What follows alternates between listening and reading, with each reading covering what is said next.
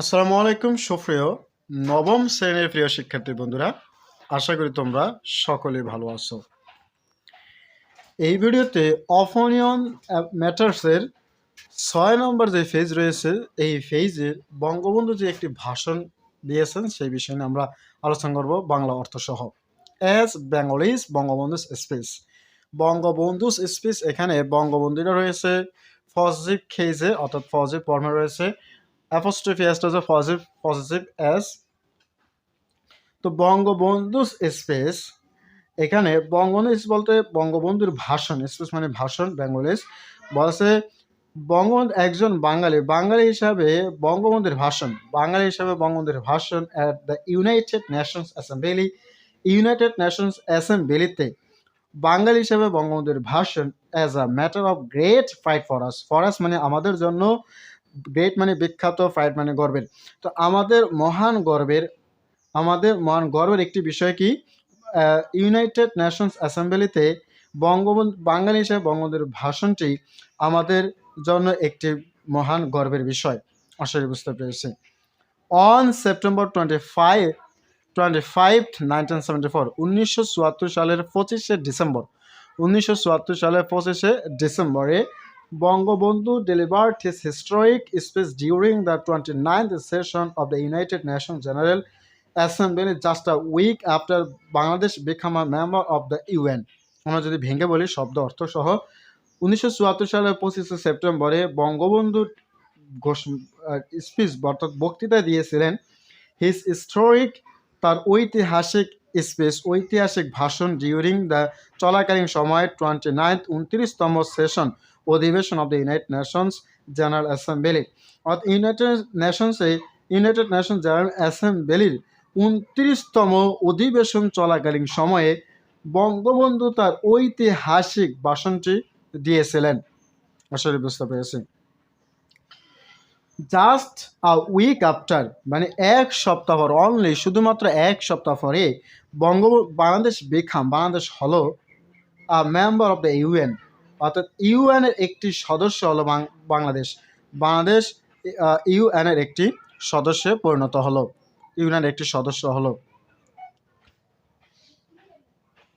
The president of the UN will come to Bangabandhu Sheikh Mujibur Rahman to address the General Assembly. President of the UN অর্থাৎ ইউএনের রাষ্ট্রপতি বা ইউএনের president welcome স্বাগত জানালেন বঙ্গবন্ধু শেখ মুজিবুর রহমানকে স্বাগত জানালেন টু অ্যাড্রেস দ্য জেনারেল অ্যাসেম্বলিতে অর্থাৎ সাধারণ সমাবেশে বক্তৃতা দেওয়ার জন্য বঙ্গবন্ধু শেখ মুজিবুর রহমানকে ইউএনের যে রাষ্ট্রপতি স্বাগত জানালেন। আশা করি বুঝতে পেরেছি। He started his speech by saying, "Today, as I stand before this assembly, I share with you profound satisfaction that the 75 million people of Bangladesh are now represented in this parliament of men." এখান থেকে এখানে শেষ হয়েছে অনেক বড় একটি sentence. যদি আমরা ভেঙে বলি, হি স্টার্টেড, তিনি শুরু করলেন, হিজ স্পিচ, তার বক্তৃতা, বাই সেইং, এইভাবে। He started his speech by saying, তার বক্তব্য বা বক্তৃতা, তার ভাষণ এভাবে শুরু করলেন কিভাবে, Today as I stand before this assembly, এই সমাবেশের সামনে আমি আজ হাজির হয়েছি। I share with you profound satisfaction, আমি তোমাদের সামনে একটি গভীর সন্তুষ্ট বোধ শেয়ার করছি যে that 25 million people of বাংলাদেশের 75 লাখ মানুষকে are now represented, এখন প্রতিনিধিত্ব করা হয় in this parliament of men। বলছে যে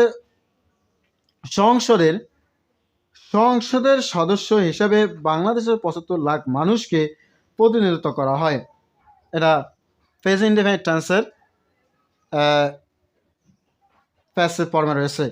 দিস স্পিচ, এই কথা বা এই ভাষণ, is remarkable in the history of Bangladesh for primarily two reasons, অর্থাৎ দিস স্পিচ, এই ভাষণ, ইজ রিমার্কেবল, এই ভাষণটি বিখ্যাত হয়ে থাকবে বা অসাধারণ, ইন দ্য হিস্টোরি অফ বাংলাদেশের ইতিহাসে, ফর প্রাইমারিলি টু রিজন, দুইটি সাধারণ কারণে, অর্থাৎ দুইটি